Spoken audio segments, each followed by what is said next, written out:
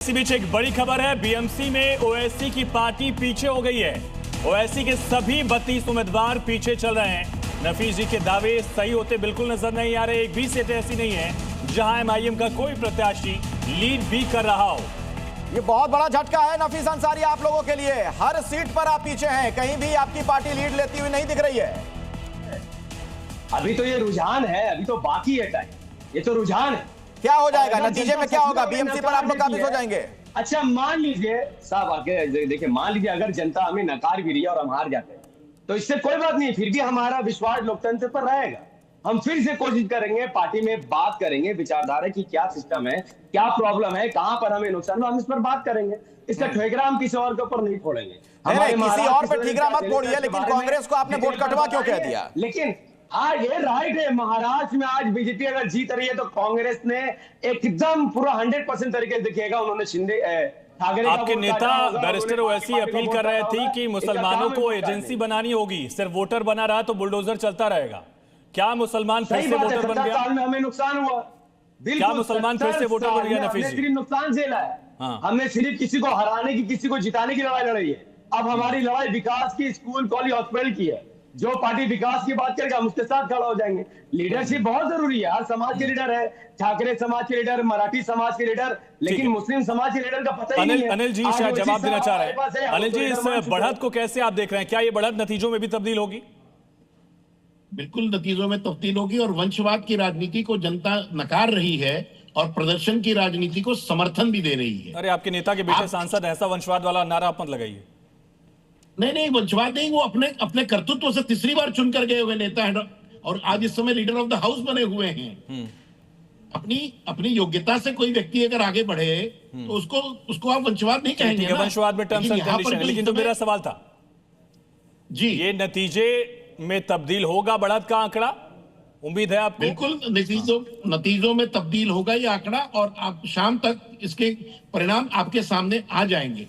प्रियंका गुप्ता है कि मुंबई में असली शिवसेना कौन है जो जमीन पर काम कर रही है और परिणाम भी दे रही है। और ये जीत जो है वो एकनाथ शिंदे जी और देवेंद्र फडणवीस जी के नेतृत्व की है और जिन हतीशी शासन की है। जनता ने महायुति के कामकाज को और हमारे वादों को। एक सवाल जिसका जवाब मैं कांग्रेस से लेना चाह रहा था, कांग्रेस की नेता अभी हमारे साथ नहीं है, लेकिन नवीन जी यही सवाल आपसे, आपका विश्लेषण इस पर क्या कहता है?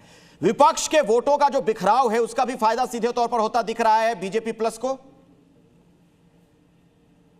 नहीं, देखिए अखिलेश, एक तो यह है कि विपक्ष ना सकारात्मक राजनीति को पूरी तरह से छोड़ चुका है। वो मुद्दे की बात ही नहीं करता।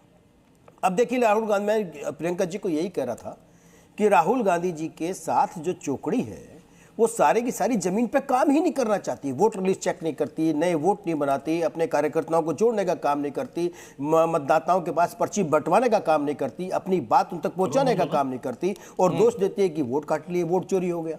केवल ये वोट चोरी का नारा में राहुल गांधी को ऐसा फंसाया इन लोगों ने कि बेचारा वो कहीं का नहीं रहा।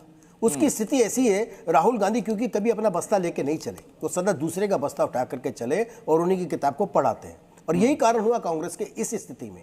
कांग्रेस को अपनी जमीन पर काम करना चाहिए। देश एक मजबूत विपक्ष चाहता है, लेकिन इस आधार पर नहीं चाहता कि आप देश के विरोध में बात करेंगे, देश के खिलाफ बात करेंगे और आपको लोग जिता देंगे। सर, शिवसेना यूबीटी का भविष्य आप कैसे देख रहे हैं? आखिरी किला था जहां आप ये बताइए मुझे कि आप वचन बची थी। अजमेर में प्रधानमंत्री कार्यालय से, अगर अजमेर में प्रधानमंत्री कार्यालय से वो चादर जाती है तो वो। नवीन जी, मेरा सवाल ये था, शिवसेना यूबीटी का भविष्य अब क्या बचेगा इस नतीजों के बाद, अगर यही रुझान आगे बढ़ते रहते हैं?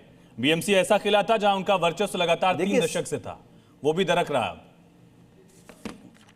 उद्धव ठाकरे जी ने जब से, मैं बार बार ये कहता हूं, शिवसेना का जन्म मराठी और सनातनी पार्टी के तौर पर हुआ था, यही बाला साहब ठाकरे ने किया था।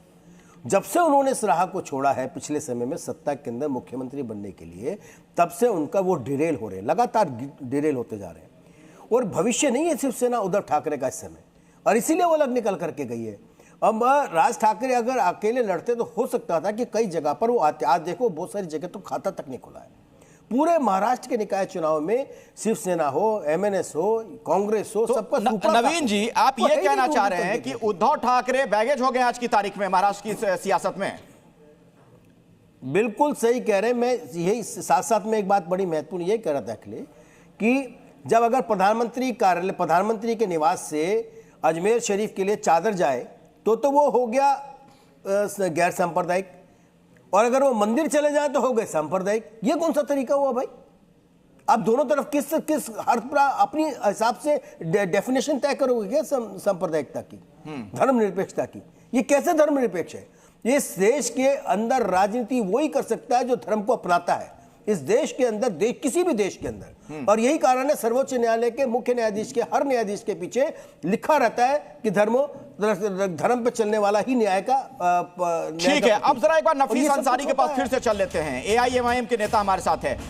और इस बीच एक बड़ी खबर दर्शकों को बता दें, मुंबई से ठाकरे बंधुओं पर एक बड़ा अपडेट सामने आ रहा है।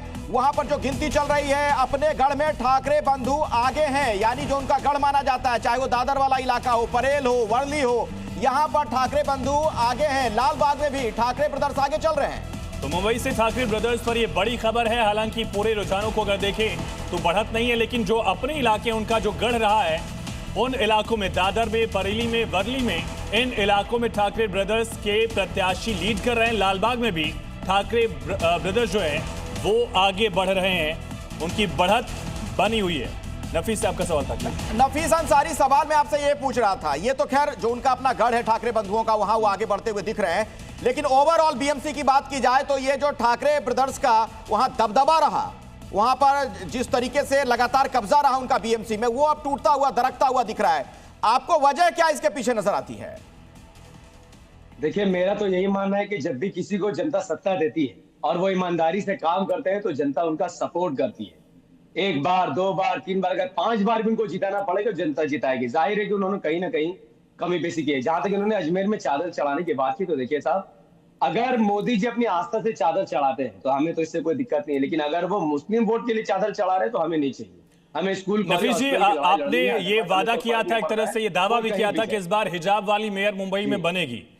न सिर्फ वोटर्स ने बल्कि आपको मुस्लिम वोटर्स ने भी क्या दरकिनार कर दिया है, खारिज कर दिया है। जो मुस्लिम बहुल वाले इलाके हैं वहां पर भी आपकी पार्टी पिछड़ती हुई दिख रही है। मतलब क्या हुआ? हिजाब वाला जो मुद्दा है आपका, उसको मुसलमानों ने भी अपनाया नहीं, इसका मतलब ये हुआ।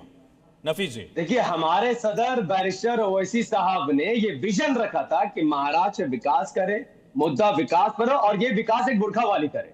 अब इस विजन को अगर वो समर्थन देते हैं तो 2-3 घंटा में पता चल जाएगा हम कितनी सीटें दे रहे हैं। अगर इस विजन को वो नकारते तो मोस्ट वेलकम। मैंने कहा, अच्छा चलिए, एक अच्छी खबर आपको दे देता हूं। इल्जाम तोड़ने की जरूरत नहीं। हाँ, MIM ने वार्ड नंबर 134 में पहले राउंड में बड़ी बढ़त हासिल कर ली है।